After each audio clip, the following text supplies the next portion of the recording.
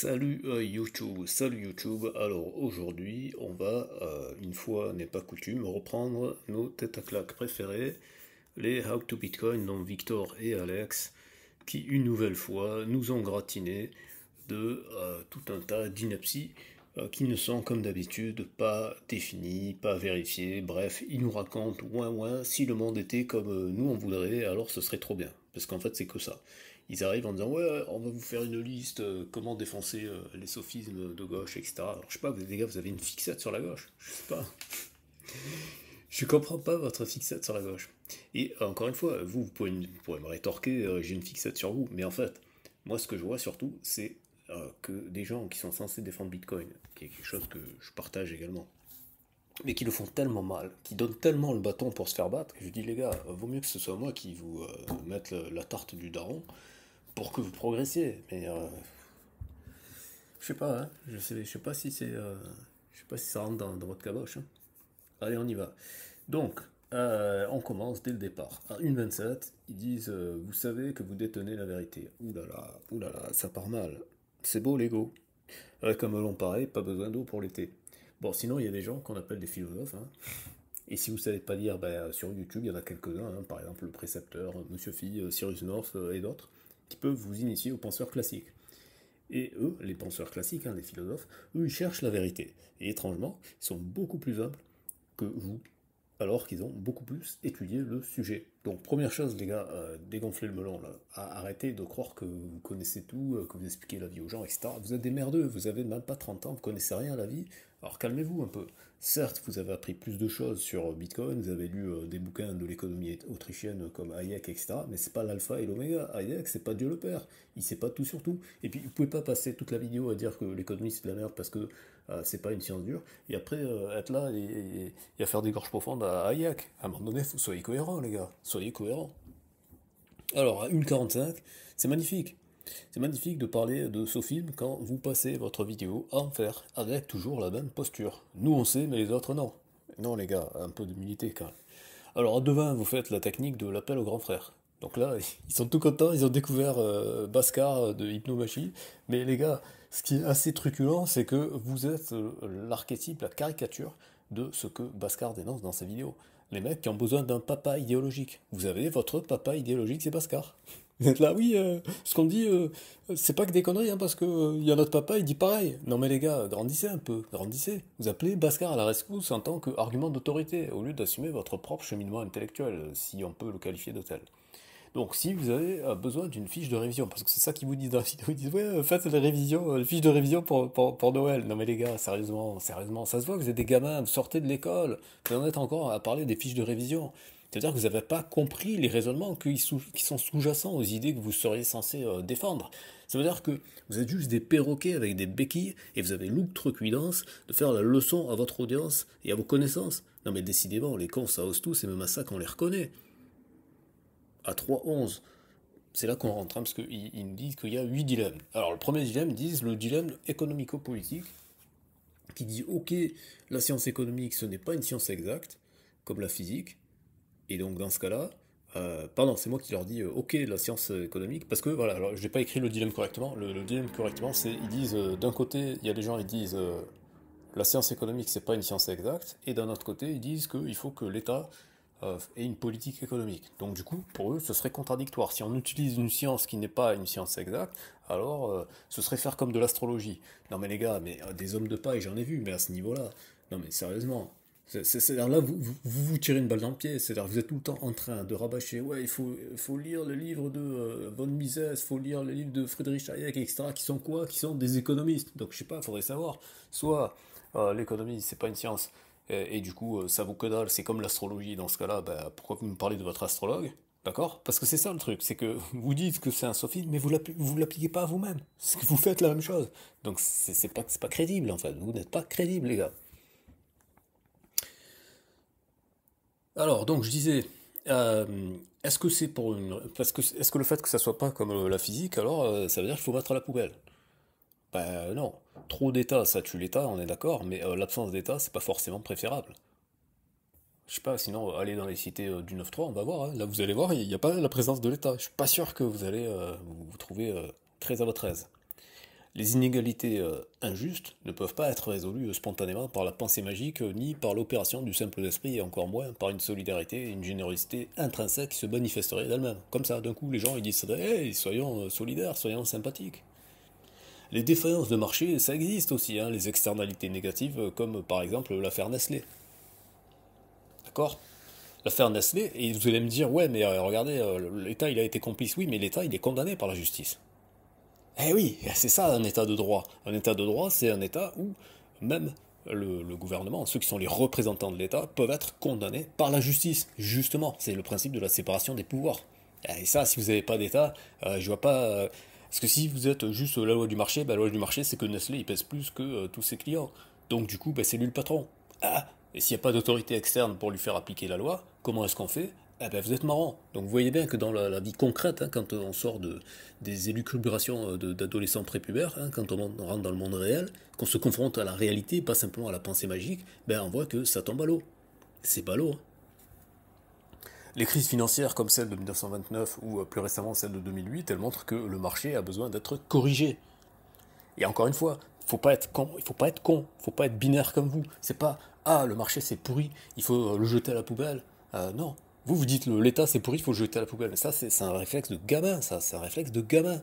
Il n'y a pas d'un côté l'État et d'un autre côté le marché comme si c'était soit l'un soit l'autre. Ben non, il y a un mix des deux. C'est ça la réalité. Il n'y a pas les sciences exactes. Et d'ailleurs même les sciences exactes, les sciences physiques c'est expérimental. D'accord? Donc il y a des corrections qui se font. Le modèle de Newton, il est génial, il est très bien, etc. dans la plupart des conditions, mais sauf que si on va à l'échelle microscopique, ben on s'aperçoit que c'est le modèle quantique, et ça rentre pas dans la mécanique de Newton. Et voilà. Est-ce que ça veut dire qu'on jette Newton à la poubelle? Non, ça veut dire qu'on fait la part des choses. Dans quel cas on peut l'utiliser, dans quel cas ça n'est pas pertinent. Eh oui, ça s'appelle avoir de la nuance. Mais ça, c'est un concept qui vous est étranger. Parce que sinon, sans les lois antitrust, le marché il serait plus libre. Puisqu'il y aurait justement les monopoles, et donc du coup ce serait plus la libre compétition et le choix, d'accord? Parce que vous défendez l'idée que le capitalisme ça permet d'avoir le meilleur choix possible. Oui, mais sauf que si on se retrouve avec un monopole, il n'y a plus de choix. Le monopole c'est la dictature, c'est pas de choix.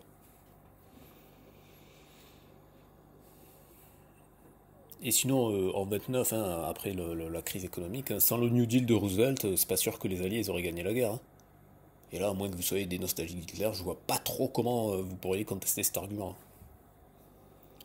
Parce que c'est pas le marché qui de lui-même allait faire renaître de ses cendres les économies des gens qui étaient totalement à la rue pendant la grande dépression des années 30. Hein. À 754, vous dites que le monde est d'une complexité telle qu'on ne peut pas le capturer avec la science. Mais bravo les gars, bravo, Captain Obvious. C'est précisément ce que disait déjà Laplace au 19e siècle. Est-ce une raison pour baisser les bras et ne pas chercher à améliorer notre compréhension du réel? C'est vous qui pensez et parlez comme des enfants. Alors si le modèle n'est pas parfait, vous rentrez à la maison. Ouais, notre modèle il n'est pas parfait, donc on peut pas prédire la réalité. Non mais soyons sérieux 2 secondes. C'est précisément parce que les honnêtes hommes, c'est-à-dire pas les sales gosses qui se croient plus malins que les autres, hein, ça c'est vous. Parce que les honnêtes hommes, ils savent que les modèles sont faux. C'est justement parce qu'ils le savent qu'ils cherchent en permanence à les confronter au réel, pour les améliorer. Ben non, justement, il n'y a pas d'acte de foi. Les gens rationnels, ils émettent des hypothèses, puis ils les testent avec le réel, et ensuite, ils ajustent leur modèle le cas échéant. Ça s'appelle la science. Mais c'est pour ça que ça demande une certaine humilité qui vous est totalement étrangère. Ben non, les gars, le monde n'est pas binaire. À 12,09, vous avez dit une ânerie monumentale qui montre à quel point vous êtes ignorant, mais vous voulez quand même ouvrir vos gueules. Jimmy Simons, avec son fonds d'investissement Medallion. Alors là, pour la faire vraiment exhaustive, je suis allé sur Google Gemini et je vous dis ce qu'il me dit. Jim Simons, 1938-2024. C'était un mathématicien. Il a commencé comme mathématicien. Chercheur, il a même eu le prix Abel. Investisseur en fonds spéculatifs, hedge fund, et philanthrope américain surnommé le Quant King, ou alors The Man Who Broke the Market, le gars qui a cassé le marché. Alors lisons un petit peu, parce que vous allez apprendre des choses. Avant de se lancer dans la finance, Simons était un mathématicien reconnu. Il a obtenu un doctorat en mathématiques de l'université de Berkeley sur des choses absolument abstraites, la topologie algébrique, je sais pas quoi. Il a enseigné au MIT et à Harvard. Il a été président du département de mathématiques de l'université de Stony Brook. Et il a notamment co-développé la forme de Chern-Simons qui a eu des applications en physique théorique. Son fonds d'investissement, Renaissance Technologies, en 1982, il a fondé Renaissance Technologies, RenTech, un fonds spéculatif, quantitatif, pionnier qui utilise des modèles mathématiques, des statistiques et des algorithmes pour identifier et exploiter les inefficacités de marché. Lui, justement, avec son background de mathématicien, il s'est dit, il y a la possibilité de modéliser le marché. Avec évidemment la même problématique que vous avez soulevée, que tous les scientifiques ont soulevée. Oui, on ne peut pas capturer toutes les variables du marché, mais on peut trouver un modèle qui soit suffisamment pertinent, suffisamment efficace pour pouvoir gagner. Parce que c'est ça le principe du marché, c'est que vous devez gagner par rapport au reste. Ça veut dire que votre modèle doit être meilleur que celui des autres. On ne vous demande pas d'être le parfait, d'avoir la totalité de la compréhension du marché, mais on vous demande d'avoir une meilleure compréhension que les autres. Et ça, c'est possible. Et ça se rationalise. Sinon, il n'y aurait pas des entreprises comme BlackRock, des entreprises comme Vanguard, etc., etc. Ces gens-là ne pourraient pas fonctionner si c'était seulement l'astrologie, comme vous dites, que c'était impossible, que l'économie et la finance, ce ne serait pas une science. Donc, vous voyez bien que vous êtes des abrutis. Ce que vous dites est totalement contredit par le réel. Ok, l'économie et la finance, ce n'est pas aussi précis que la physique, mais il n'empêche que son étude permet d'avoir de meilleurs résultats que si on joue à l'astrologie ou à pile ou face. Et ça, c'est incontestable. Et lisez la suite, vous allez voir que c'est encore pire. Les performances de son fonds Medallion. Les fonds phares de Renaissance Technology et le Medallion Fund, réputé comme l'un des fonds spéculatifs les plus performants de l'histoire. Rendement annuel brut moyen, c'est le meilleur de tous les temps. Le fonds meilleur que Warren Buffett. Le fonds Medallion aurait généré un rendement annuel d'environ 66%. Alors ils disent avant frais, parce qu'évidemment ça dépend dans quelle juridiction vous êtes par rapport à la taxe, mais 66% de rendement entre 1988 et 2018. Mais c'est stratosphérique. Sur 30 ans, 66% en moyenne sur 30 ans. Mais personne n'a jamais fait ça. C'est bien la preuve. C'est pas un coup de chance sur 30 ans. D'accord? Sur 30 ans, ça peut pas être de la chance. Sur 30 ans, ça peut pas être de l'astrologie. Sur 30 ans, ça s'appelle les mathématiques, la statistique. Ça s'appelle la rationalité. Un concept qui vous semble assez étranger. Rendement annuel moyen, net, après déduction des frais qui étaient élevés. Alors pardon, quand je dis les frais, je dis les taxes. Non, en fait, c'est pas ça. C'est peut-être les machines, les logiciels, les algorithmes, tout ce que vous voulez. Donc, après déduction des frais qui étaient très élevés, atteignant notamment 5% des frais fixes, 44% de frais de performance après 2002, le rendement annuel moyen s'établissait autour de 39% sur une même période. Mais même 39% par an sur 30 ans, c'est stratosphérique, les gars. Vous vous rendez pas compte. Comparaison, ce niveau de performance est considéré comme sans précédent dans le secteur, surpassant largement le rendement du S&P 500 et les résultats de nombreux autres investisseurs célèbres sur la même période. Statut du fonds. Le fonds de Medallion a été fermé aux investisseurs externes depuis 1993, donc c'est-à-dire 5 ans après sa création. Ses stratégies et modèles sont tenus secrets. Voilà. Donc ça, source Google Gemini.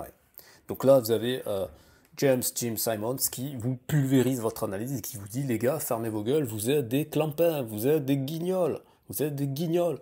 Parce que l'économie ne serait pas une science exacte, alors ce serait pas utile. Non mais les gars, vous vous rendez compte de l'absurdité de ce que vous racontez? Sérieusement. Donc, si on peut tester une partie de l'économie, alors oui, voilà, parce qu'après, Alex, tu dis, oui, mais l'économie, c'est pas comme la science physique, on peut pas la tester en laboratoire. Crétin, sors-toi les doigts du huc, ouvre un bouquin ou va taper une requête sur Google avant de parler. Franchement, c'est incroyable de parler avec autant d'aplomb pour dire autant de merde. Non mais sérieusement, Alex, ferme ta gueule, renseigne-toi. L'économie expérimentale, ça existe. Parce que qu'est-ce qu'il y a dans l'économie? Il y a énormément de choses qu'on peut isoler pour pouvoir tester comme le comportement des consommateurs. Tu crois que comment ça se fait que tel ou tel produit il marche ou il marche pas? C'est pas le petit bonheur la chance. C'est pas le petit bonheur la chance. Comment ça se fait qu'il y ait des entreprises qui font succès sur succès et ainsi de suite? C'est pas au petit bonheur la chance.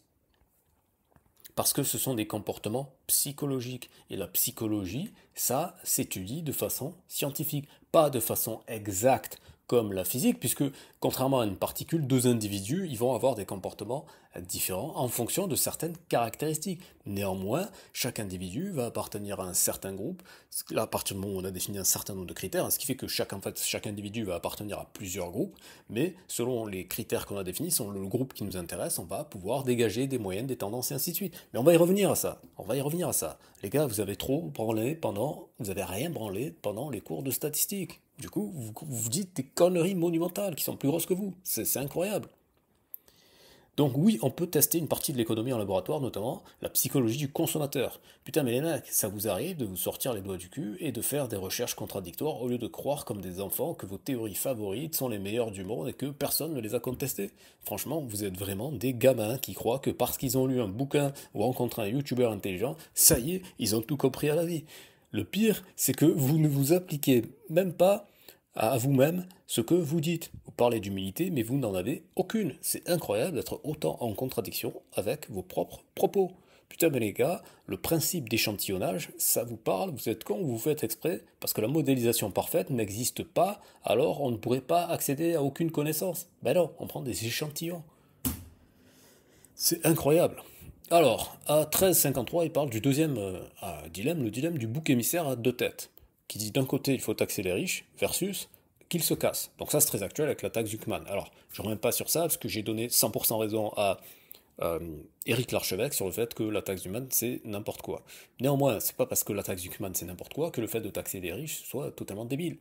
Faut arrêter de faire les hommes de paille. Et c'est ça que vous faites, en particulier Alex, tout le temps à dire ouais, ils sont contradictoires, etc. Non, c'est pas contradictoire. Taxer les riches, ça veut dire quoi? Ça veut dire en fait le principe de la redistribution, de se dire de réduire les inégalités. Parce que c'est ça le truc. Parce que toi tu dis oui, ils veulent taxer les riches, mais ils veulent pas augmenter le pouvoir d'achat des pauvres. Non, que tu contestes, et ça je serai le premier à te suivre là-dessus, le fait que le gouvernement actuel, les taxes qu'il fait, il ne s'en sert pas pour pouvoir redistribuer de façon efficace, ça, je suis le premier à le dire, je suis le premier à le contester. Le principe en tant que tel, de chercher à réguler les inégalités, mais c'est un principe qui est sain, et on le voit actuellement dans les différentes révoltes qu'on peut trouver dans le monde. Donc là, honnêtement, je suis d'accord sur le fond, mais pas sur la forme.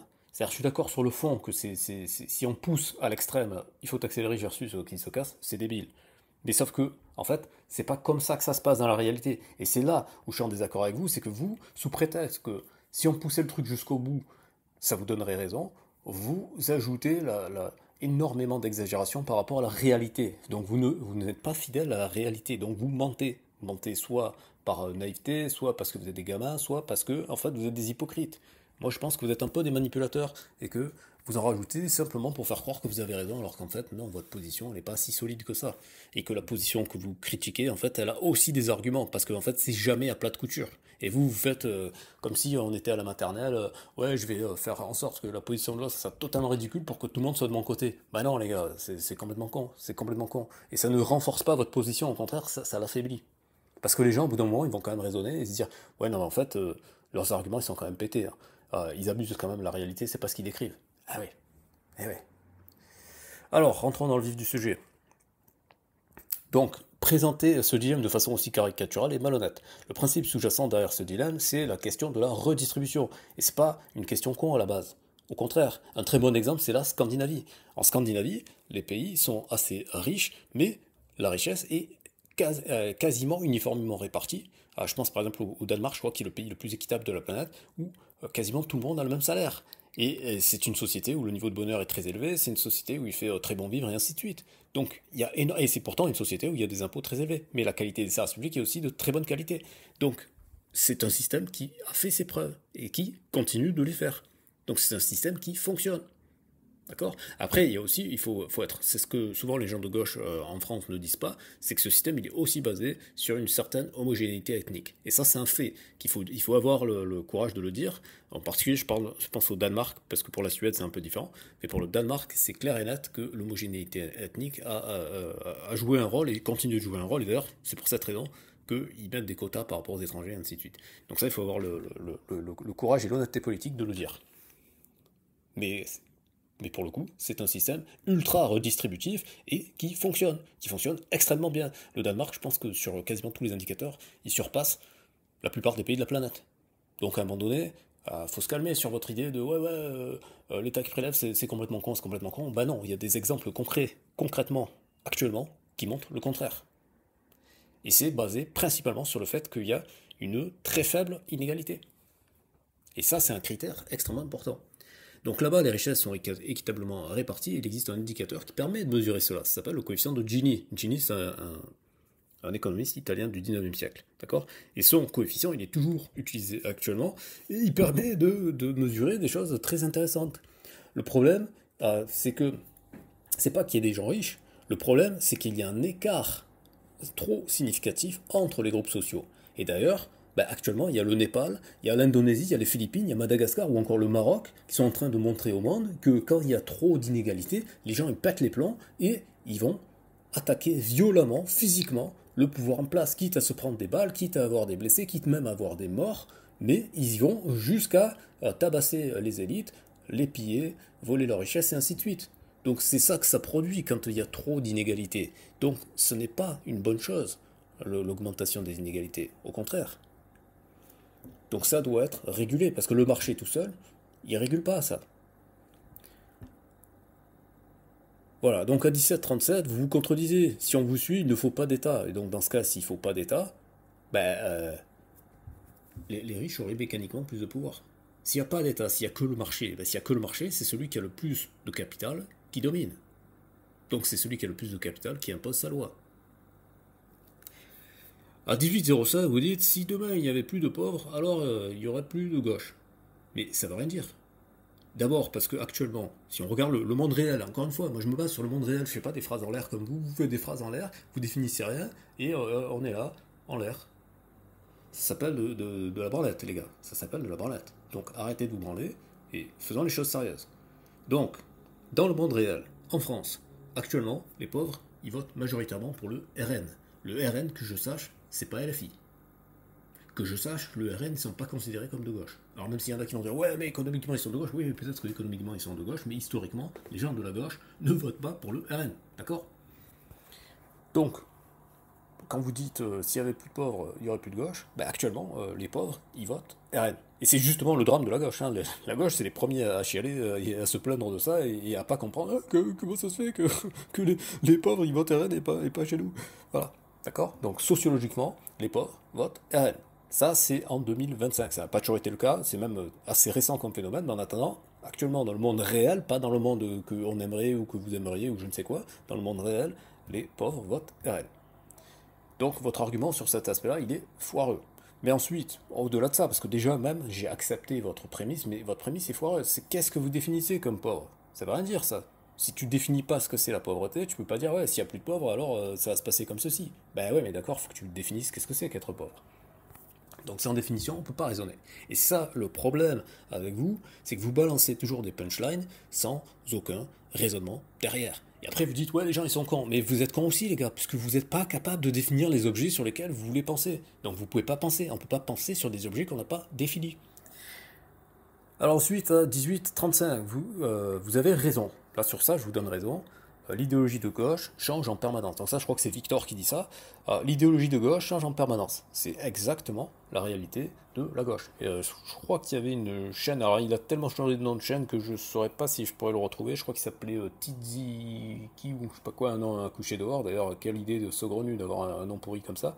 Mais il avait fait une espèce de logiciel qui montrait sur différents axes l'évolution de la gauche. Qui montrait qu'au fur et à mesure qu'on avançait dans le temps, le spectre se déplacer. Donc c'est totalement dynamique. Donc l'observation de Victor est tout à fait pertinente. Oui, la gauche, ça bouge de plus en plus parce que la gauche, surtout la gauche, on l'a définit comme étant le progressisme. Et donc par définition, le progressisme suit le progrès. Et par définition, le progrès, c'est ce qui avance. Donc forcément, c'est dynamique, c'est en mouvement, ça ne peut pas être statique. Donc reprocher ça à la gauche, c'est stupide. Je veux dire qu'on aime ou qu'on n'aime pas la gauche, c'est pas la question. Je suis pas là pour défendre la gauche. Moi, je suis là pour défendre la vérité, d'accord? Et la vérité, c'est que quelque chose qui est en progrès, c'est quelque chose qui avance. Donc c'est quelque chose qui est dynamique. Donc on peut pas reprocher à quelqu'un qui se revendique du progrès, donc de la situation dynamique, d'être en mouvement. Ça n'a aucun sens. Ça n'a aucun sens. Ce n'est pas cohérent, ce n'est pas logique. Voilà. Donc par définition, le progrès c'est dynamique. En revanche, non, il n'y a pas nécessairement un bouc émissaire. Et de toute façon, si on va jusqu'au bout, tous les partis politiques, tous les groupes définissent un bouc émissaire. Parce que justement, c'est la stratégie ultime comment dire, du ralliement, d'accord, de rallier les gens à sa cause, de fédérer, c'est de dire, ah voilà, il faut aller attaquer telle personne. Ben voilà, tous les camps font ça, donc c'est pas spécialement de la gauche. Voilà. Et historiquement, la gauche n'a pas toujours été dominée par le wokisme, hein, c'est assez récent, et le wokisme, je dirais que c'est plutôt le fruit du capitalisme que de la gauche, en vrai, hein.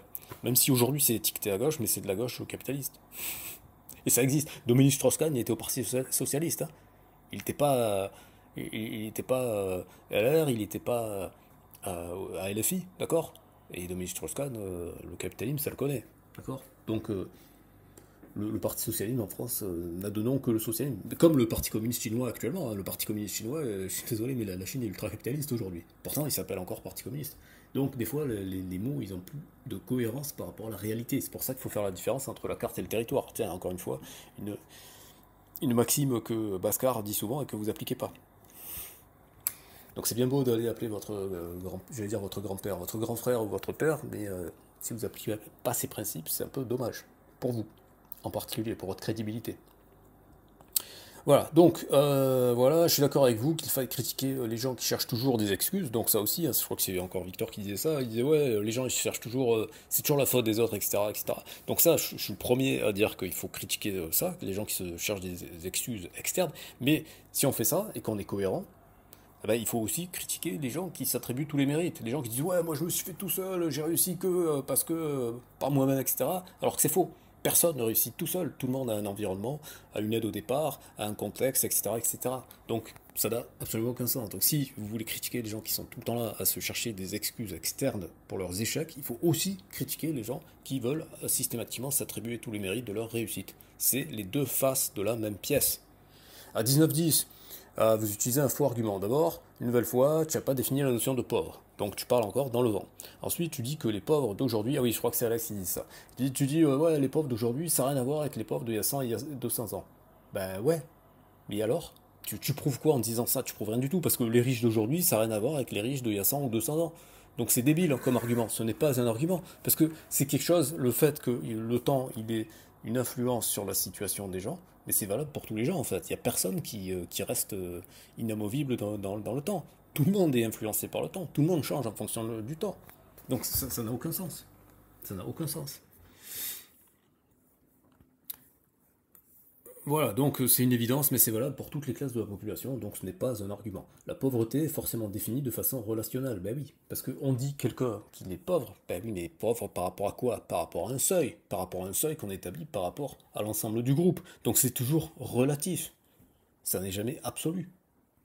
Parce qu'en plus, quand bien même tu dirais oui, pauvre, ça veut dire moins de 1 000 euros, ouais, mais sauf que s'il y a l'inflation, 1 000 euros maintenant, dans 10 ans, c'est pas la même chose. Donc ça dépend de ce que tu peux faire avec. Donc c'est toujours relatif, par définition. Donc on est toujours pauvre par rapport à quelqu'un de plus riche. Un mec au RSA en France, ben, il sera plus riche qu'un gars qui pousse des tuk-tuk en Thaïlande ou qu'un enfant dans les mines du Congo. C'est évident.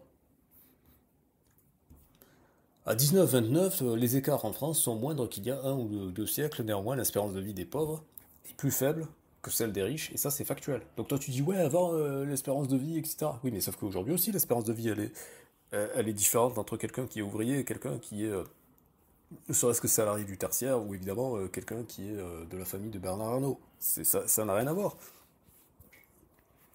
Et la reproduction sociale, ça existe aussi, les gars.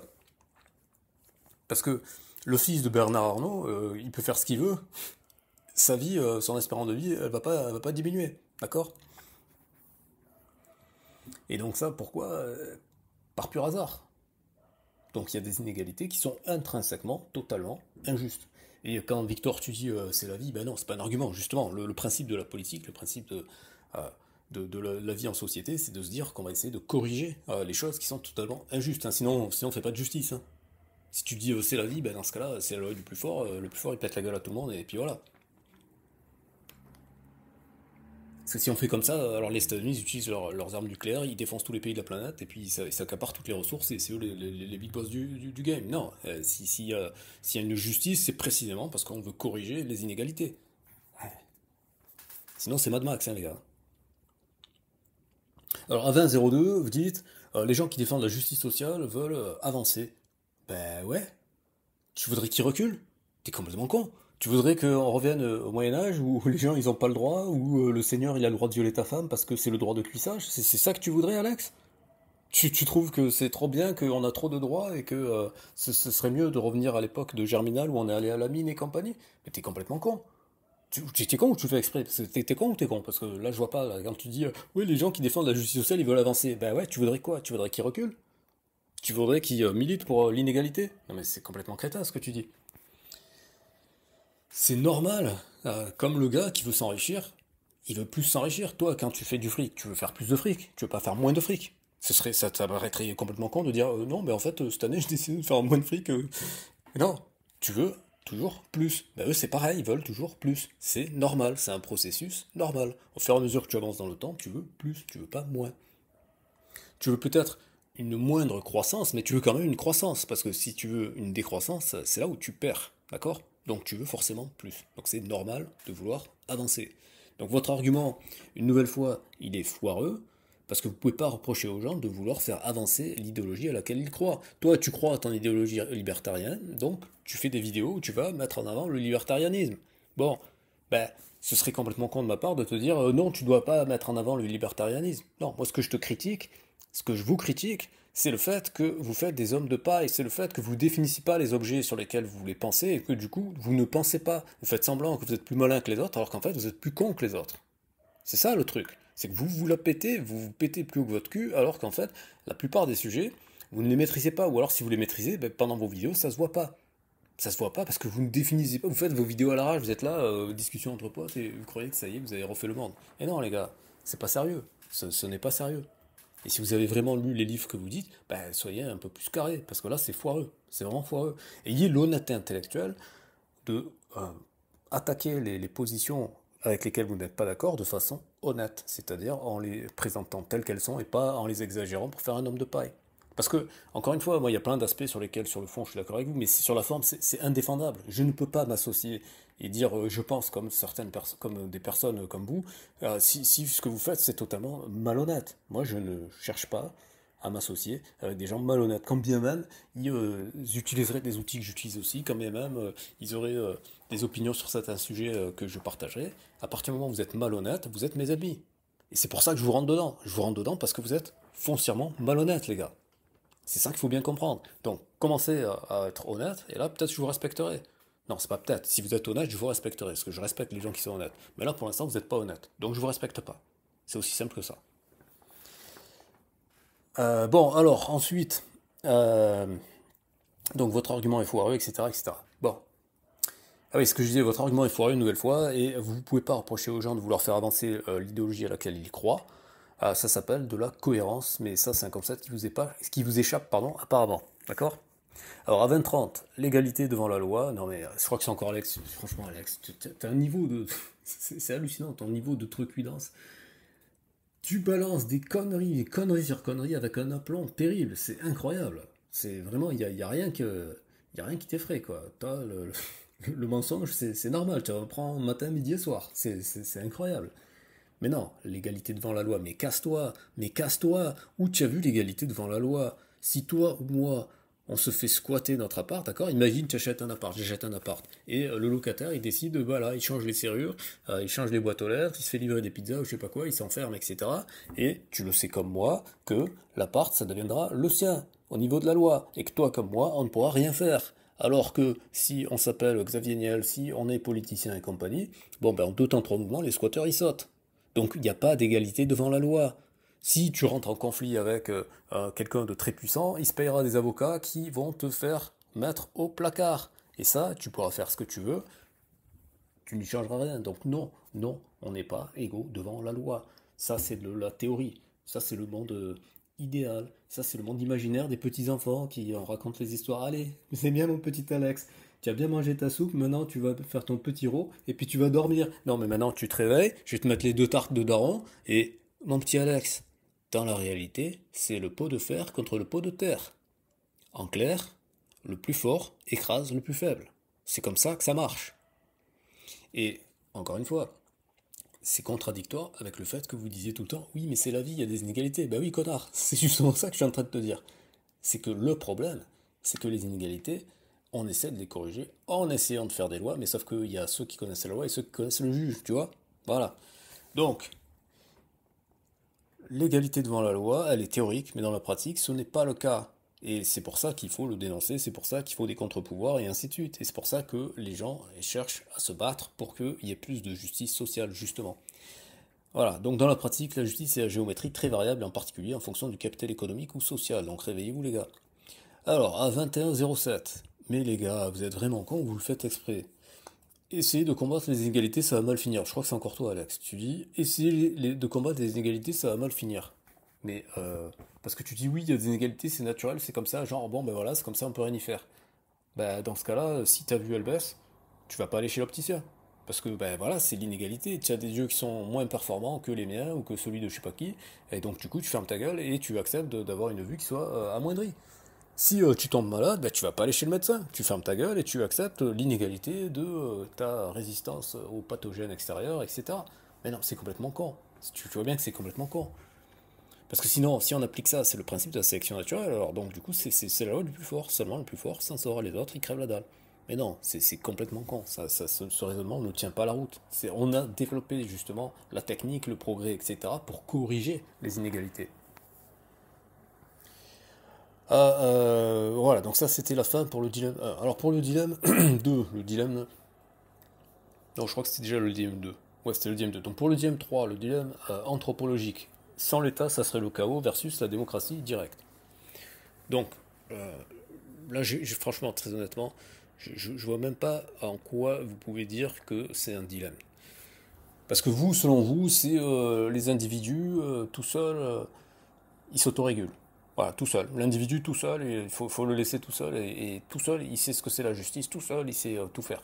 Mais non, sérieusement, les gars, vous avez jamais expérimenté ni appris, parce que c'est documenté scientifiquement, le fait qu'un individu tout seul, il se comporte pas de la même manière que lorsqu'il est en société.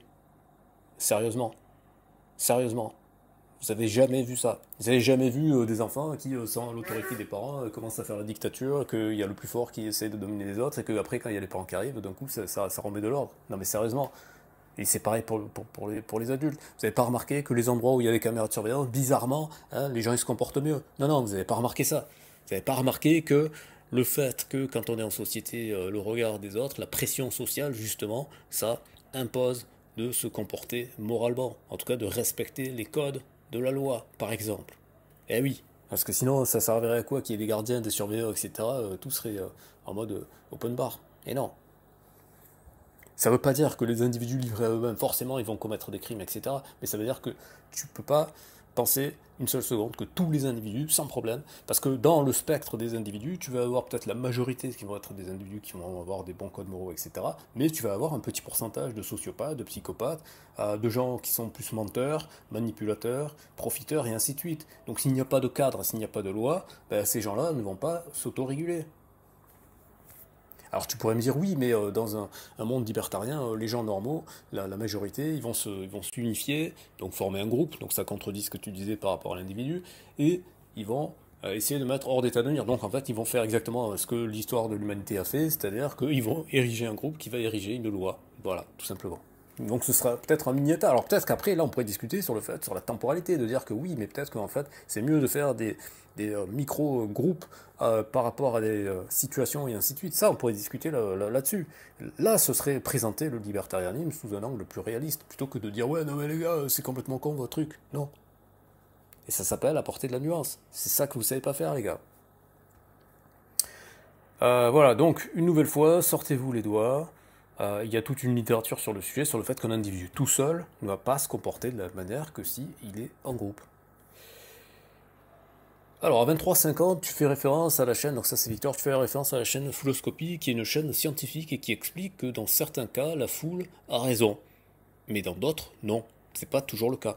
Donc, il y a à la fois Gustave Le Bon qui a raison de dire la psychologie des foules, où il dit une foule, elle peut devenir totalement irrationnelle et devenir violente et ainsi de suite. Ben, c'est exactement ce que je citais tout à l'heure, ce qui se passe les révolutions au Népal, en Indonésie, aux Philippines, à Madagascar et au Maroc. Quand les gens, ou même les gilets jaunes en France, quand les gens ils sortent, ou les supporters quand il y a le PSG qui gagne, quand les gens ils sortent et qui décident d'attaquer violemment en groupe, etc., c'est pas rationalisé, il n'y a pas un débat philosophique, etc., c'est de la pure brutalité, de la pure violence, et ainsi de suite, et en ce sens-là, c'est totalement irrationnel. Donc la foule peut être très dangereuse. Je ne suis pas du tout en train de faire l'apologie de la dictature de la majorité, etc. Je dis que simplement qu'il y a certaines situations où la majorité a raison, et du coup on a intérêt à suivre l'avis de la majorité, on a intérêt à suivre le consensus. D'ailleurs, le fait qu'il y ait une majorité, ça ne veut pas dire que c'est une foule difforme, ça peut être une assemblée dans laquelle on va discuter, on va argumenter, et ainsi de suite. Ça peut tout à fait, une majorité, une foule, un groupe, ça peut s'organiser, ça peut s'ordonner, ça peut se structurer, d'accord? Et dans certains cas, ben, ça va être l'individu isolé qui va avoir raison. Ben, typiquement Einstein, quand il est tout seul dans le brevet, comment on appelle ça, dans la station des brevets à Berne en Suisse, ben, il voit passer tous les documents scientifiques de l'époque.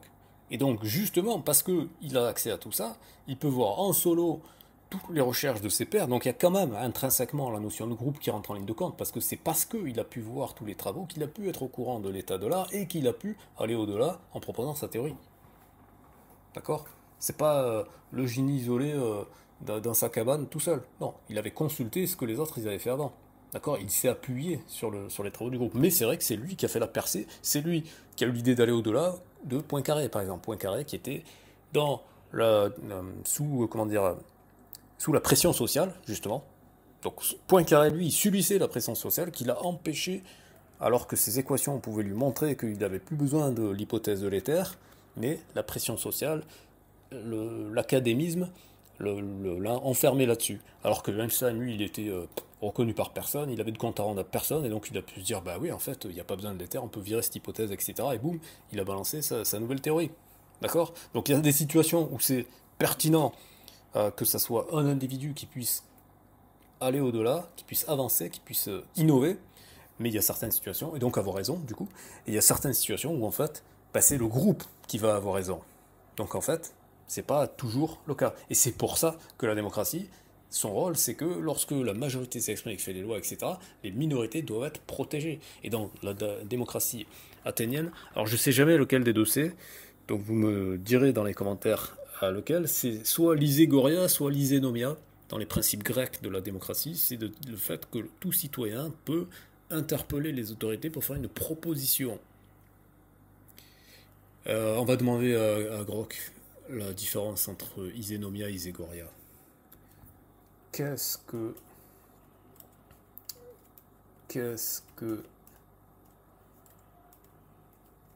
l'iségoria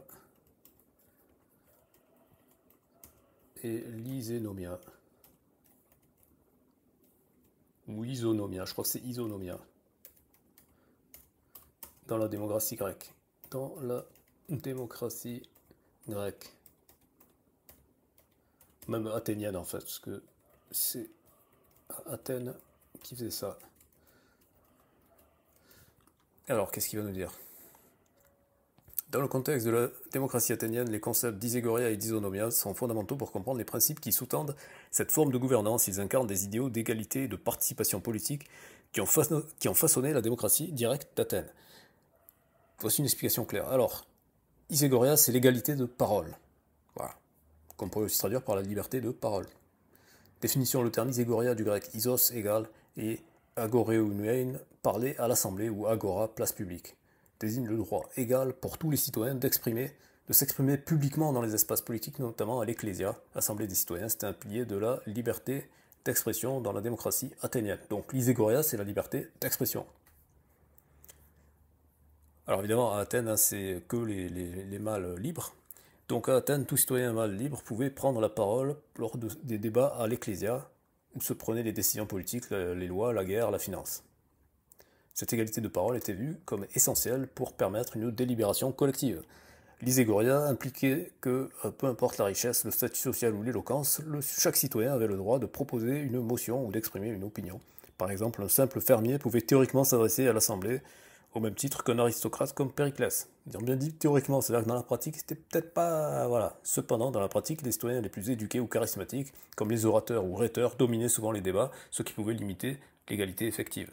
Et oui, encore une fois, on voit la différence entre la loi théorique et la pratique. Parce qu'évidemment, celui qui a le capital social, le capital éducatif, d'accord, eh ben, il va avoir un avantage significatif sur celui qui a simplement, par exemple, le bon sens paysan. Ok. Donc, signification politique, l'Iségoria garantissait une participation ouverte et favorisait un débat pluraliste, renforçant l'idée de la souveraineté appartenait au peuple d'Emos. Elle était vue comme un rempart contre la domination oligarchique, et la domination oligarchique, c'est la domination des riches, hein, où seule une élite aurait voix au chapitre. Source historique, Hérodote, etc. Isonomia, l'égalité devant la loi. L'isonomia du grec isos égale et nomos loi désigne l'égalité de tous les citoyens devant la loi, indépendamment de leur statut social, économique, familial. C'est le principe selon lequel les lois s'appliquent de manière égale à tous, en ne favorisant aucune classe particulière. Contexte et pratique, l'isonomia est souvent associée aux formes de Clisthène,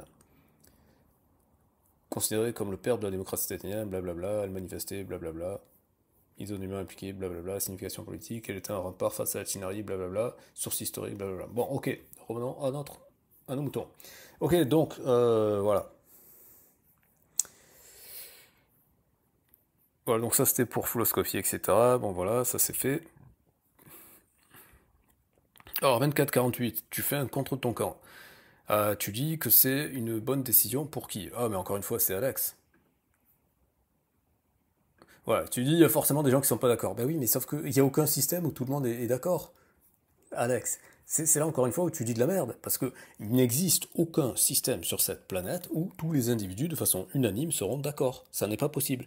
Donc forcément, à partir du moment où il y a une prise de décision politique, c'est-à-dire pour la gestion de la cité, que ce soit au niveau de la ville, de la région, du pays, etc., ben forcément, il y a des gens qui ne sont pas d'accord. C'est inévitable. De toute façon, même à l'échelle familiale, quand il y a le chef de famille qui prend une décision, ben, il n'y a pas tous les membres de la famille qui sont d'accord. C'est hallucinant. On dirait que tu découvres la vie. Oh, tiens, il est possible qu'il y ait des gens qui ne soient pas d'accord. Ben oui, banane. Ça s'appelle le libre arbitre. Par définition, si tu considères justement que tout le monde a la liberté de penser, ben, la liberté de penser différemment. Donc tu dis c'est une décision pour qui? Ben, pour la majorité. Et après tu dis ouais, il y a forcément des gens lésés. Ben oui, dans tous les systèmes, il n'existe aucun système qui puisse satisfaire tous les participants simultanément, y compris le libertarianisme. Parce que toi tu vas me dire oui, mais le libertarianisme, les gens vont chacun de leur côté, etc. Oui, dans la limite des terres disponibles, au bout d'un moment, les actions, ben, elles se rencontrent. Il n'y a que les montagnes qui ne se rencontrent jamais. Au bout d'un moment, les actions des individus, les choix, les décisions de certains individus vont avoir, enfin de tous les individus d'ailleurs, vont avoir un impact sur celles des autres individus. Et donc il va y avoir, par définition, si tu pars du principe que les gens ils ont la liberté de penser de ce que tu veux, ben, ils ont la liberté de penser différemment, donc à partir du moment où ils pensent différemment, il va y avoir nécessairement, inévitablement, des conflits. Des conflits ne serait-ce que, pas forcément des conflits militaires, mais des conflits d'intérêts. Et donc, qui dit conflit d'intérêts, dit que forcément, il y a des gens qui ne seront pas d'accord avec la façon dont les conflits vont se gérer. Alors, il y a des conflits qui peuvent se gérer à l'amiable, mais même quand c'est à l'amiable, il y a toujours forcément une des deux parties qui a un peu plus eu ce qu'il voulait que l'autre, et donc du coup, il y a forcément une des deux parties qui est un peu plus frustrée que l'autre. Donc, il y a forcément des gens qui ne sont pas contents, c'est inévitable. Voilà. Alors, à 25-35, tu dis, ouais, ah non, pardon. À 25-15 d'abord, tu dis, ouais, une minorité éclairée. Donc là, ça s'appelle l'épistocratie, et l'épistocratie, c'est le principe de Wikipédia. Je suis pas sûr que ça soit compatible avec ta vision du libertarianisme. Ah, mais si ça t'intéresse de creuser le sujet, je t'invite à aller voir la chaîne Science for All et son excellente playlist sur la démocratie. J'invite d'ailleurs tous les gens qui postent cette vidéo à aller regarder cette playlist, c'est très très intéressant. Mais l'épistocratie, je vous le spoil tout de suite, ça arrive assez tardivement dans sa série, je crois qu'il y a 25 vidéos ou un truc comme ça. Alors attendez, parce que Marx, j'ai déjà vu pas mal de vidéos sur Marx, donc je regarderai celle-là une autre fois. On va aller sur Science for All, comme ça je vous montre exactement comment est-ce que vous pouvez accéder à cette information. Parce que l'idée, justement, au lieu de une petite leçon là, du daron pour les deux guignols, au lieu de traiter les gens de cons, instruisez-les. Mais commencez par vous-même. Ça peut servir. Donc voilà, donc moi je vous ai dit d'aller voir ça et je vous montre où c'est que vous pouvez le chercher. Vous allez sur Science for All, et ici, voilà. Et si, puisque vous, l'argument d'autorité, on va y venir, hein, c'est d'avoir un QI, etc. Bon, ben le de la chaîne Science for All, il vous explose de tous les côtés, vous deux combinés, d'accord? Polytech, Lausanne, Fédéral, etc. Ce mec, c'est un cerveau. Et contrairement à vous, il est beaucoup plus humble. Bon, eh ben donc, si on regarde dans ses playlists, il a écrit des livres et compagnie. C'est quelqu'un qui sait de quoi. Et au niveau Bitcoin, il sait aussi de quoi il parle. Il avait écrit et expliqué ce qu'était le Bitcoin avant même que vous y soyez intéressé. Donc les gars, voilà, acceptez que vous êtes des merdes et que vous avez encore beaucoup de choses à apprendre. Alors la démocratie, elle est ici, c'est 34 vidéos en fait, hein, c'est plus que ça. Et il cite toutes ses sources, contrairement à vous. Contrairement à vous, c'est l'antithèse de vous, parce que lui c'est un chercheur. Donc systématiquement, il parle pas à partir de son cul. Il parle à partir de ses lectures, des sources universitaires et ainsi de suite, et surtout, il les cite. Il s'appuie dessus, il les passe pas pour faire du name dropping comme les guignols qui vont vous dire oui, vous avez lu machin, on s'en bat les couilles. Non, là, c'est cité, c'est expliqué, c'est vulgarisé et ainsi de suite. Ok? Voilà. Alors revenons à nos moutons. Alors, du coup, ici, tu parles de minorité éclairée, ça s'appelle l'épistocratie, c'est à Wikipédia pour ceux qui veulent un exemple concret, mais je vous invite à aller voir sa vidéo, ça vous permettra de mieux comprendre. Donc c'est ce que je dis ici, que j'invite à consulter pour ouvrir votre état d'esprit qui est très fermé et réduit monolithiquement au libertarianisme, comme si c'était l'alpha et l'oméga. Il s'agirait de grandir les enfants, aucun système n'est parfait, aucun. Alors 25-35, preuves aux yeux de qui? Parce que tu dis oui, voilà, ce groupe d'élite qui aurait fait ses preuves. Mais ses preuves aux yeux de qui? Et sur quels critères? C'est forcément subjectif. Parce que oui, ils vont te plaire à toi, parce que c'est toi qui as défini les critères, oui, mais ils vont pas forcément plaire à ton voisin, et ainsi de suite. Donc tu vois bien qu'on retombe sur le même problème. Par définition, la gestion politique, c'est une affaire subjective, ça n'est pas une affaire objective, puisque on ne peut pas objectivement satisfaire tout le monde simultanément, ça n'est pas possible. Donc là, tu fais juste le gamin qui fait sa liste au Père Noël. Ouais, si c'était moi qui décidais, le monde serait meilleur. Allez, retourne sucer ta tétine, gamin. À 26-40, Victor a l'honnêteté de mettre Alex face à sa contradiction en lui disant que se plaindre de la situation actuelle qui serait centralisée, faute d'orthographe ici, et pour faire appel à un consortium de facto centralisé, c'est absurde. À 27-40, non, ceux qui arrivent en haut, donc Victor, là tu dis de la merde, d'accord? Tout à l'heure tu as mis Alex face à sa contradiction et tu avais raison, c'était bien, mais là par contre tu dis de la merde. Tu dis ouais, ceux qui arrivent en haut, c'est ceux qui ont tout compris au système. Non, Macron c'est pas parce qu'il a tout compris au système, Macron il arrive en haut parce que il est né au bon endroit, avec les bonnes relations, pour pouvoir faire les bonnes écoles. C'est ça le truc, parce que tu rentres pas à l'ENA si tu es fils d'ouvrier, ça n'existe pas, en fait, ça n'existe juste pas. Ça n'existe juste pas. Et encore une fois, cela n'est pas une opinion personnelle, cela a été documenté scientifiquement. Et oui, parce qu'en fait, ceux qui réussissent en France, c'est ceux qui ont les bonnes relations familiales, les bonnes connaissances. En deux mots, ça s'appelle le capital social, concept qui a été défini par Bourdieu. Et oui, vous allez dire, ouais, mais c'est un affreux-gauchiste, ouais, mais peut-être, mais sauf que son travail scientifique, il est cité par tous les gens sérieux, les gens qui font le boulot de se documenter avant de parler d'un sujet, ce que vous ne faites pas. La sociologie, c'est une science qui se base sur les observations statistiques, d'accord? C'est pas sur l'institut du doigt mouillé, ce n'est pas de l'astrologie. Alors certes, c'est pas comme la physique puisque les gens ne sont pas interchangeables, mais il n'empêche qu'elle permet tout de même de décrire des réalités observables. Alors à 28-40, attention encore une fois Victor, tu dis encore de la merde quand tu parles du QI. Tu dis ouais, en plus ces mecs-là ils auraient un super QI, etc. Et alors ils ont un super QI. Un super QI, c'est pas forcément bon pour la société. Il y a des criminels, des psychopathes, des sociopathes qui ont un QI extrêmement élevé. Je pense qu'il serait pas spécialement souhaitable que ces gens aient des postes à haute responsabilité. Bernard Madoff, il avait un QI extrêmement élevé. Et pourtant, il a arnaqué sa propre communauté sur des milliards et des milliards de dollars. Alors je suis désolé, avoir un QI très développé, ça n'est pas une garantie d'avoir des codes moraux qui soient valables. Parce que c'est ça la problématique de la gestion de la société. Oui, évidemment, il faut avoir un cerveau suffisamment développé pour pouvoir imaginer des systèmes, etc., pour réfléchir. Ouais, sauf qu'il faut surtout avoir de la morale pour pouvoir savoir qu'est-ce qui est juste, comment adapter les choses pour corriger justement les inégalités provoquées par les échanges sociaux et économiques. Donc ça, c'est pas le super QI qui compte, c'est la morale, les codes moraux, le sens de la justice. C'est ça qui compte dans cette situation-là. Le QI, ça va être important pour pouvoir faire du business, ça va être important pour pouvoir faire du commerce, pour pouvoir faire de la recherche et ainsi de suite. Mais pour pouvoir faire de la politique, c'est pas l'aspect le plus important. C'est l'aspect moral qui est le plus important. Ok, donc ça c'est réglé. Alors à 28,57, Alex, non, toi tu as fumé, je sais pas ce qui se passe, tu as fantasmé parce que tu as lu un livre ou tu as juste lu le quatrième de couverture, ou même, quand bien même tu aurais lu le livre, allez, je t'accorde le crédit, tu as lu le livre, le mec il a défendu sa thèse, le système féodal, c'était pas aussi pourri que ce que tout le monde veut bien le dire. C'est ça la thèse du bouquin en fait. Toi, tu en as fait, ah ouais, en fait, ça va, c'est pas mal. Non, le système féodal, c'est à l'antithèse du système libéral que tu prônes.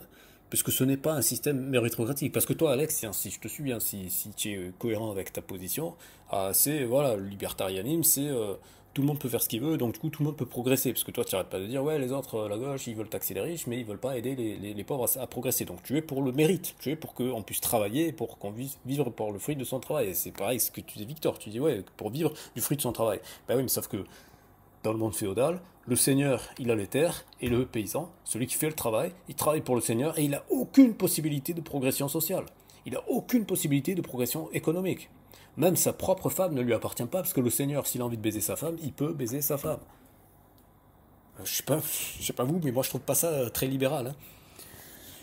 Après, juste après avoir fait l'apologie de ce bouquin sur le système féodal, tu nous dis ouais, Dubaï c'est trop bien, c'est ultra libéral.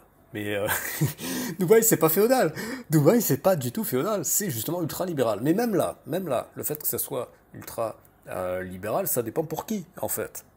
Dubaï est ultra libéral pour les gens comme toi, les gens comme moi, les gens qui viennent des pays occidentaux. Sauf que si tu es pakistanais, si tu es indien, si tu es philippin, que tu travailles à Dubaï, on t'a confisqué ton passeport et tu es plutôt un esclave.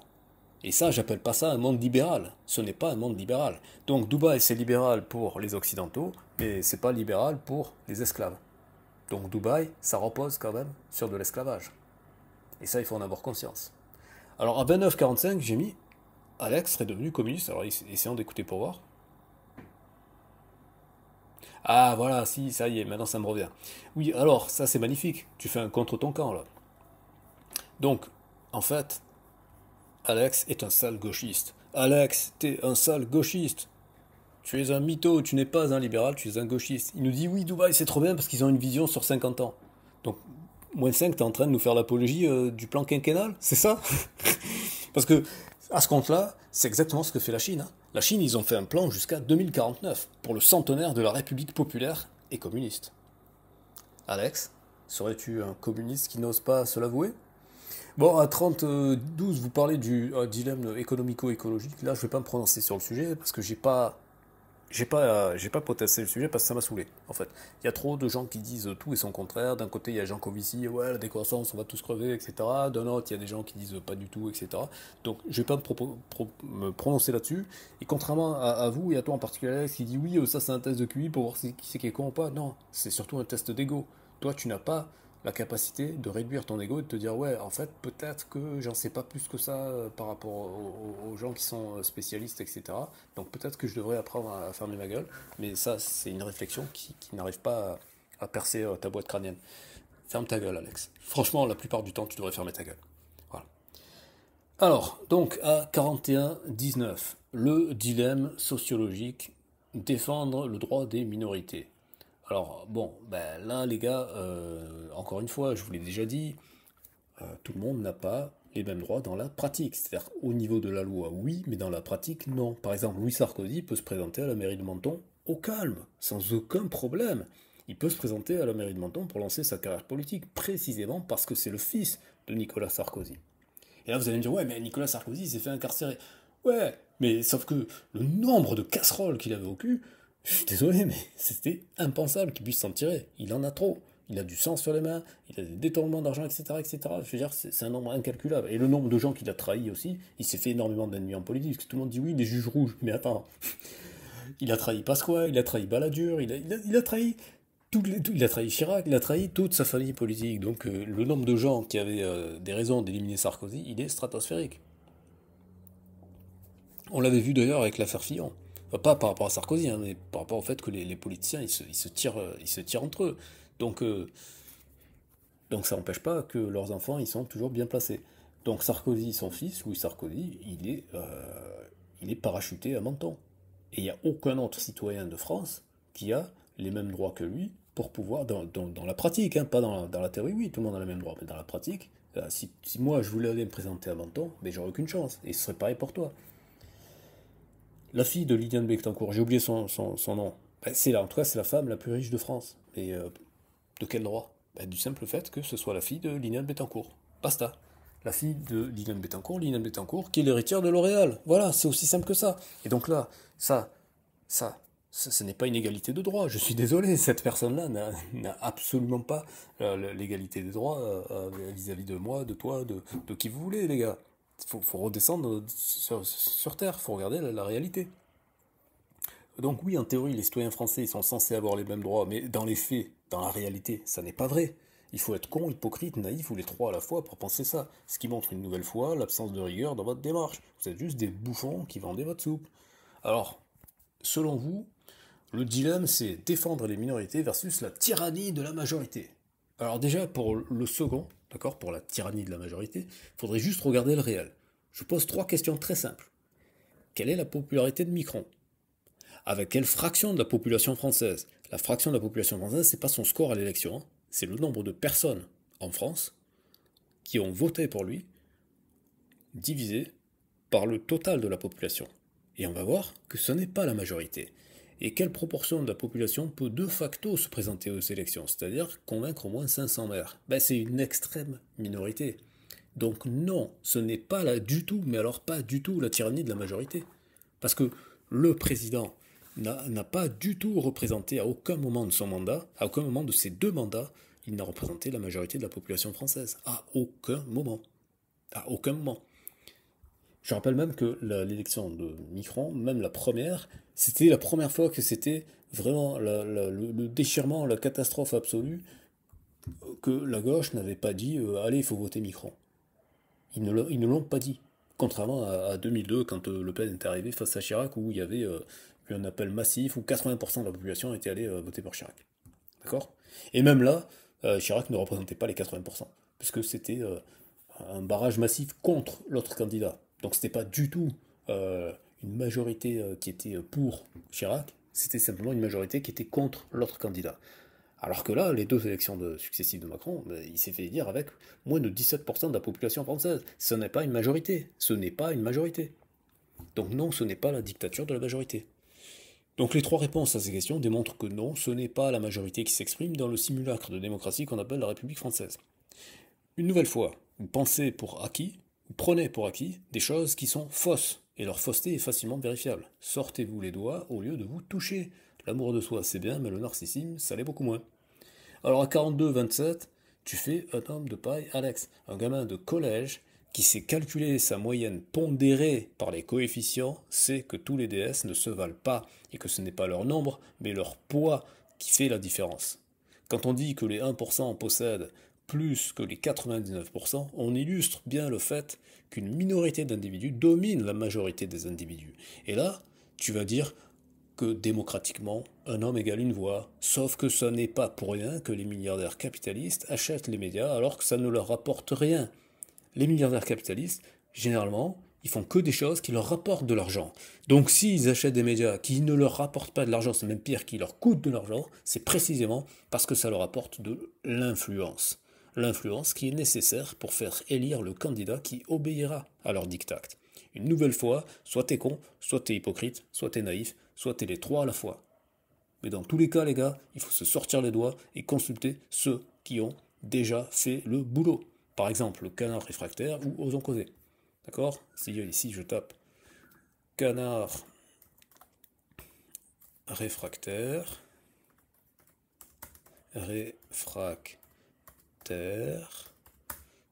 milliardaire, médias. Vous allez voir qu'ils ont fait le boulot. Et n'allez pas me dire, ouais, c'est des gauchos parce que toutes leurs sources sont données. Et c'était il y a 4 ans. Ok? Voilà. Si vous tapez Osons causer, c'était il y a même encore plus longtemps. Et pareil, ils donnent toutes leurs sources, tout est documenté en source publique. Donc ce n'est pas un truc de gaucho ou je sais pas quoi. Pourquoi 10 milliardaires contrôlent notre information? C'était même il y a 10 ans. C'était il y a 10 ans, les gens. Donc à un moment donné, il faut arrêter de déconner. Avec Internet, avec YouTube et compagnie, vous n'avez plus d'excuses. Il faut se sortir les doigts. Alors, à 44, vous vivez dans le monde des bisounours. Alors, qu'est-ce qu'ils ont dit encore comme connerie?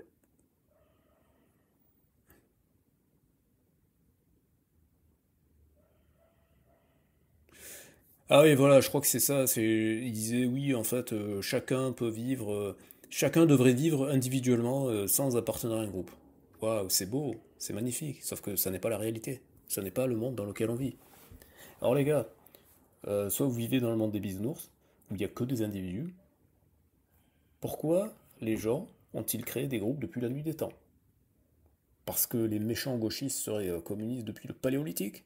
Non mais sérieusement, on en est là, les gars? Vous avez des angles morts de la taille d'un trou noir, mais au calme, vous pensez que vous avez raison.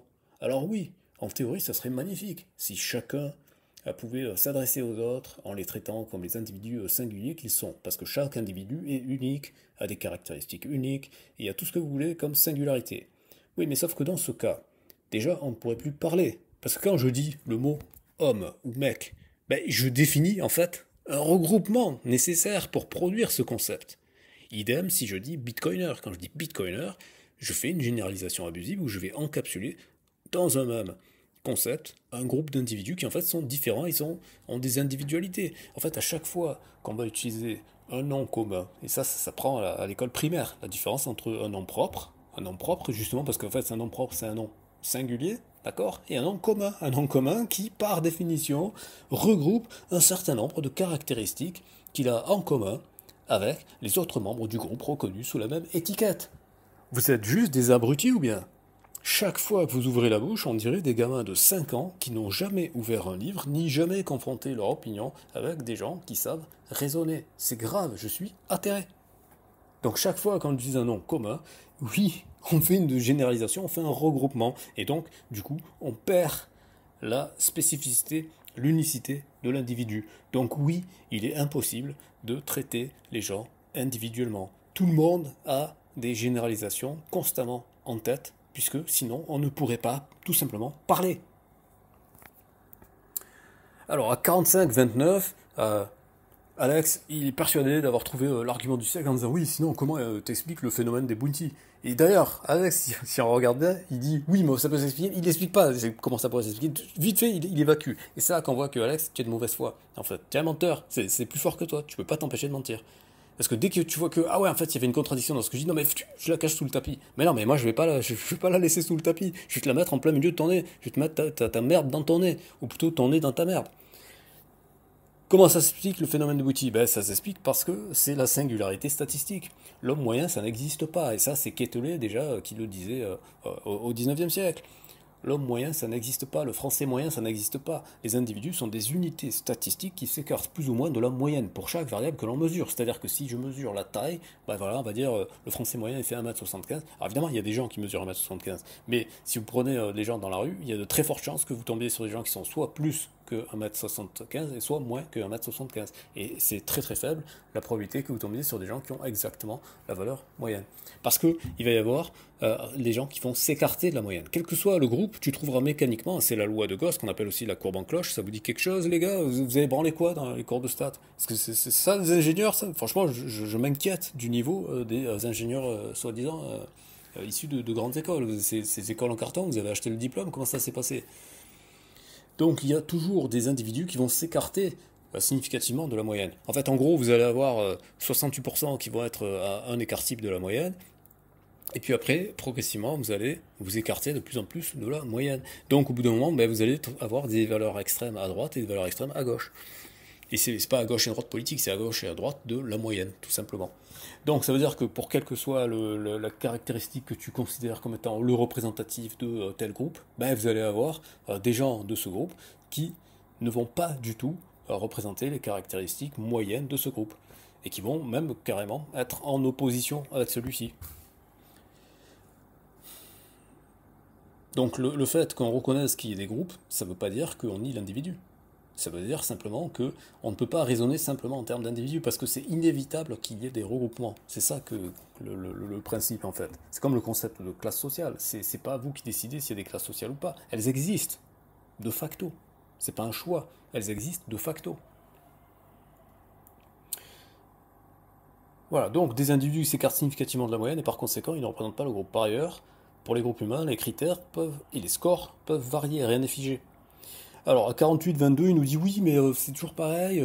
On dit qu'il y a des inégalités, mais par rapport à tel critère, mais on oublie les autres critères. Oui, mais sauf que tous les critères ne se valent pas. Alors, ok, Mamadou Mouloud sera peut-être plus fort au sport que le fils de Bernard Arnault. Sauf que le fils de Bernard Arnault, il a une richesse tellement colossale que le fait que Mamadou Mouloud soit plus fort en sport, ça va pas les aider beaucoup pour compenser la puissance financière qui est énormément en faveur du fils de Bernard Arnault, en fait.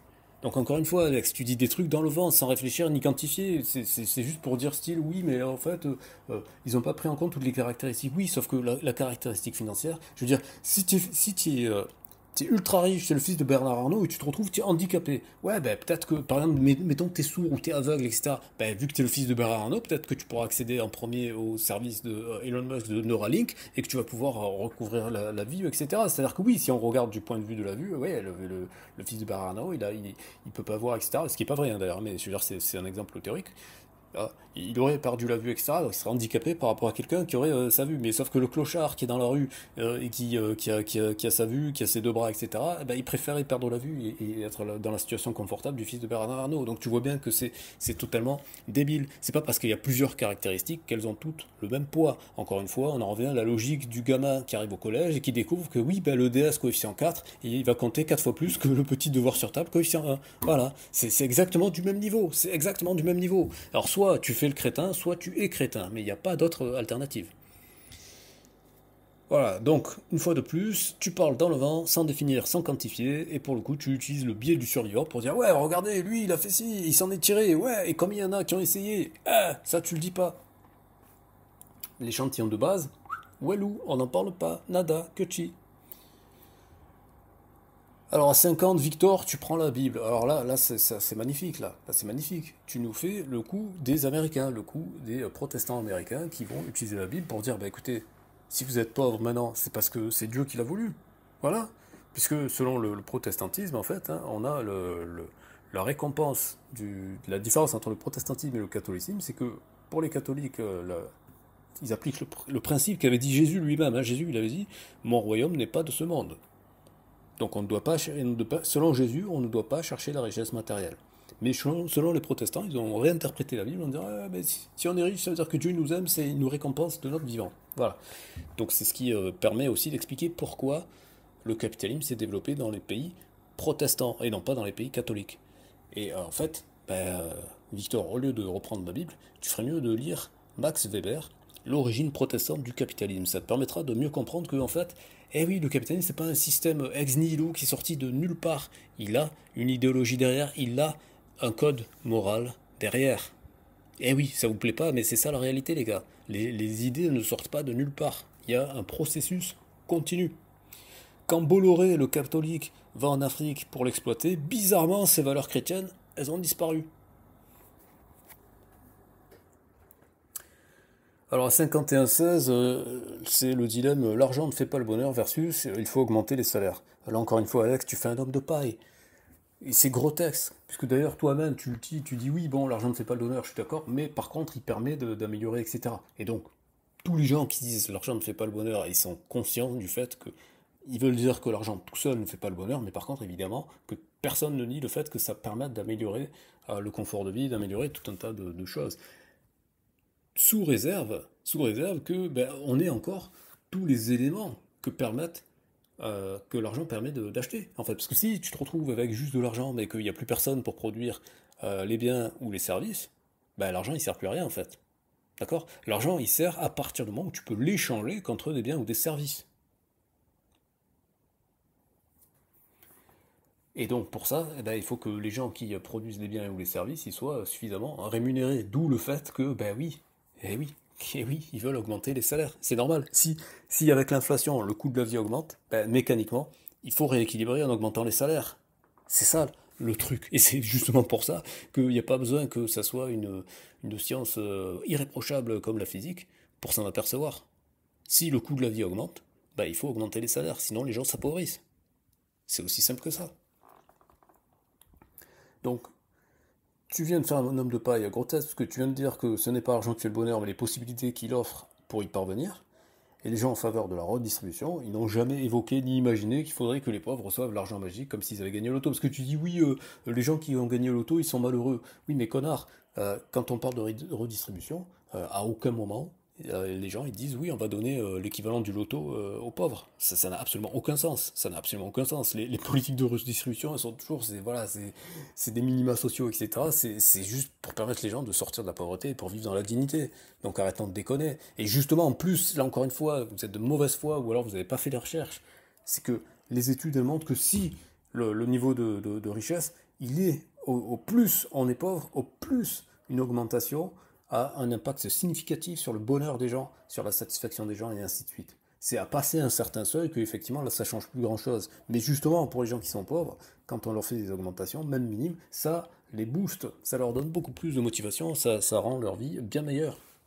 Donc oui, la redistribution a un impact positif, très significatif sur le bonheur des gens.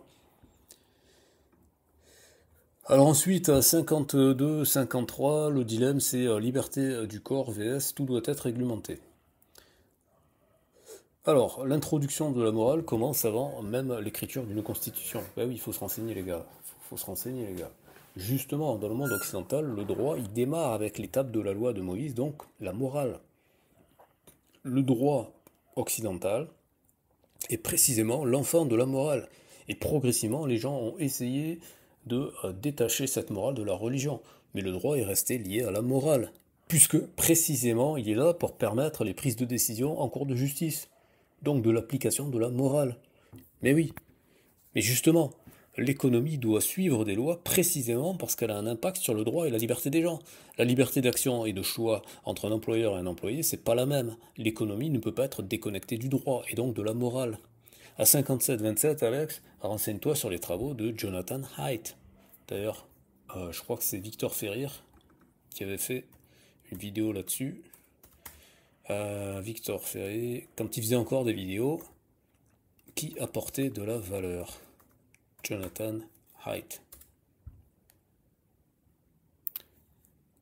Putain, mais tellement qu'il fait le clown qu'on ne voit plus. On voit plus les vidéos où il faisait de la rhétorique. C'est incroyable ça.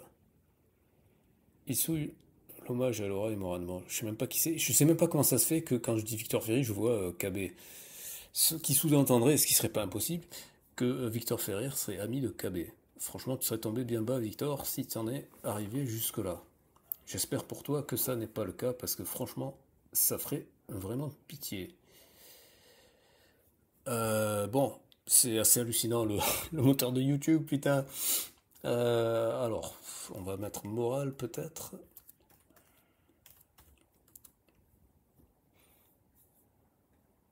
Oh là là là là. Bon, on va aller chercher directement sur sa chaîne, hein, parce que franchement, c'est catastrophique. Jonathan Haidt.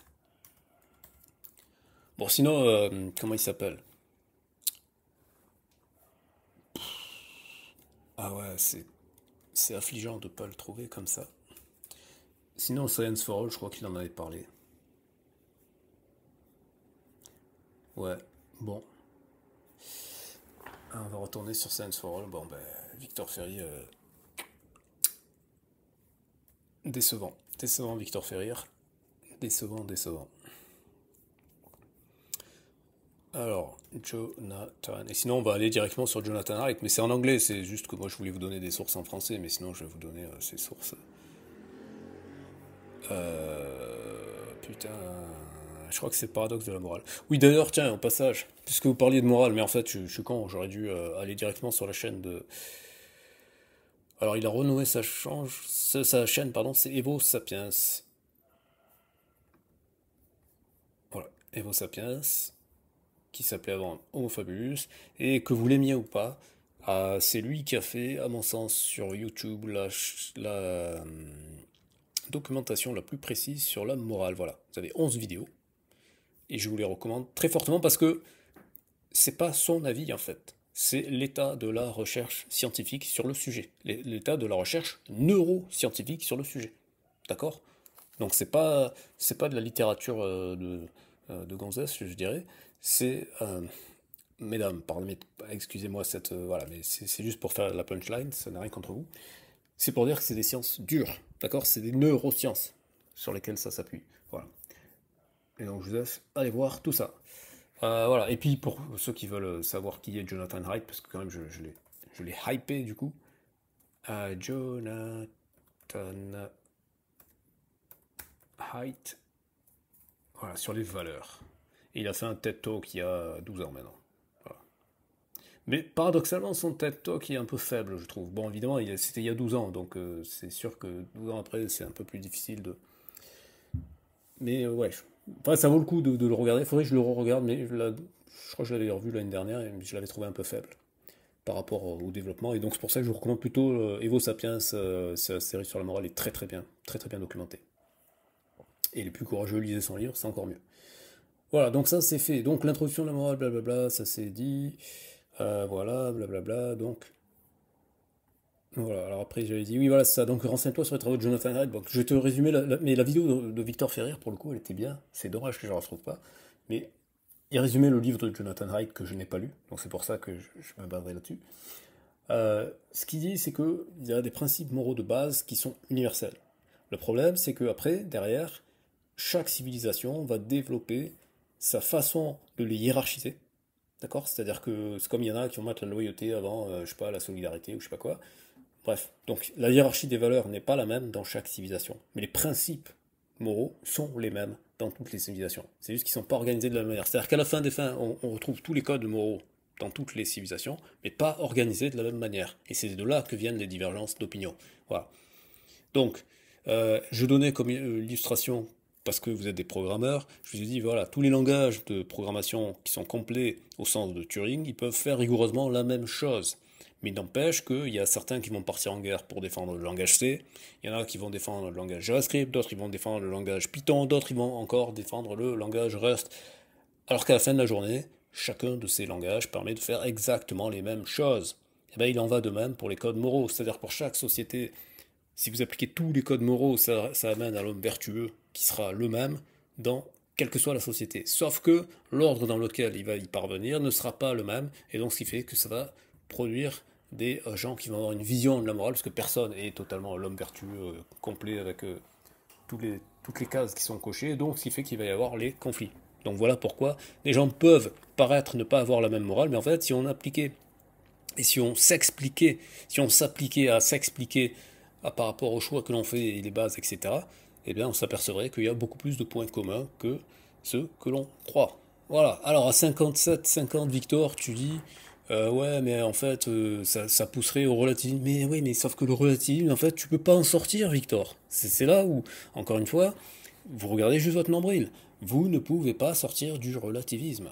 Chacun voit midi à sa porte. Et c'est même au niveau physique, en fait. Tu perçois le monde par le prisme de tes propres caractéristiques physiques, que ce soit ta corpulence, ton métabolisme, la pigmentation de ta peau, ton volume cérébral, ton code génétique, et ensuite ton environnement qui façonne ton phénotype, et ainsi de suite. Tout le monde voit le monde selon ses propres perceptions. Donc nous sommes tous contraints au relativisme. Il n'existe aucun système absolu ou universel. C'est pour ça, les gars, que je me tue à vous apporter la contradiction et à vous mettre les tartes de daron qui vous manquent, parce que vous vivez dans votre bulle. Vous avez énormément de mal à essayer de penser différemment que selon votre propre perspective. Votre vision est ultra réductrice et votre mauvaise foi légendaire. À 58-27, Alex, tu fais à nouveau un homme de paille.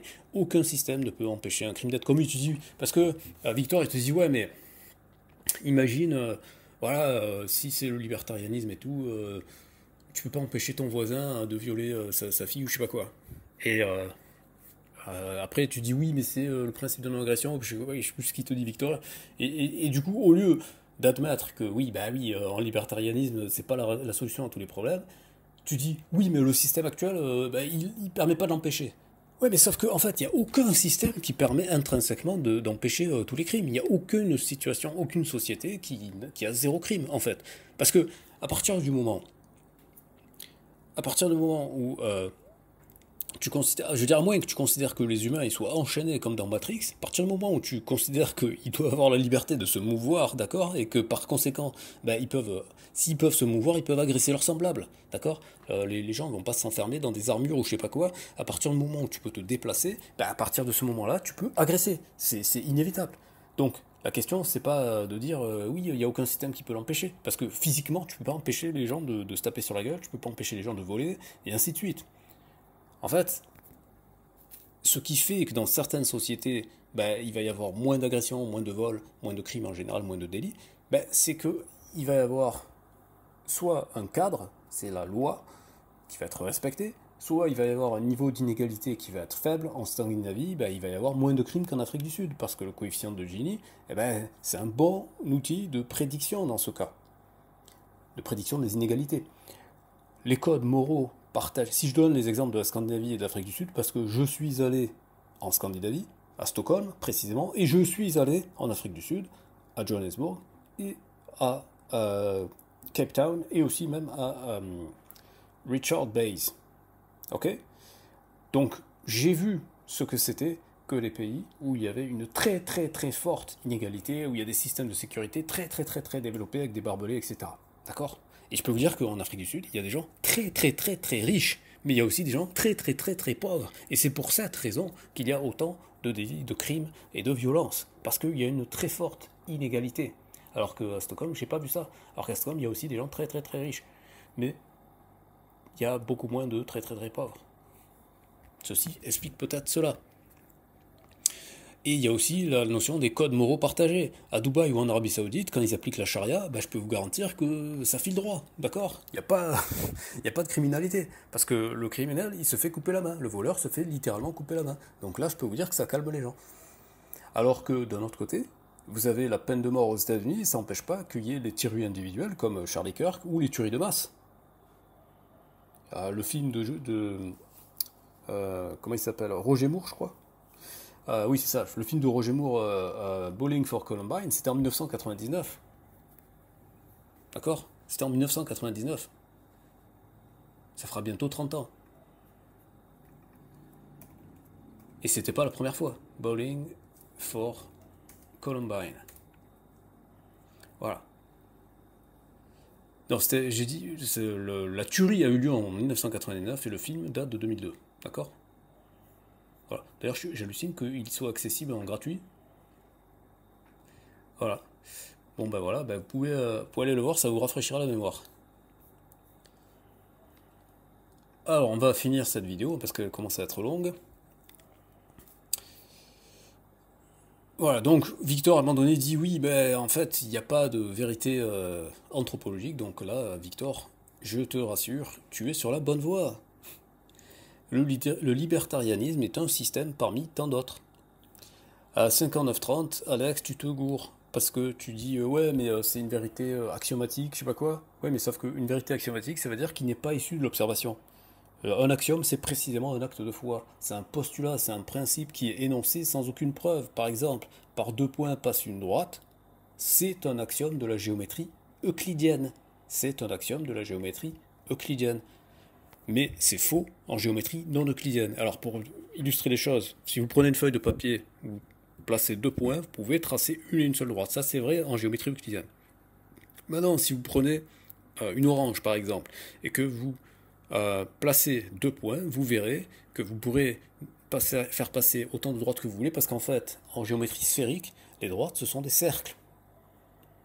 Et donc, par deux points, vous pouvez faire passer une infinité de cercles. C'est par exemple, si on prend les deux pôles, les méridiens. Tous les méridiens se rejoignent au pôle, aux deux pôles. Donc, il y a bien une infinité de droites qui passent par deux points. La géométrie sphérique, elle est vraie, et la géométrie euclidienne, elle est vraie aussi. Sauf que ce sont deux systèmes différents. Donc, dans deux systèmes différents, le même axiome peut être vrai dans un système et faux dans un autre.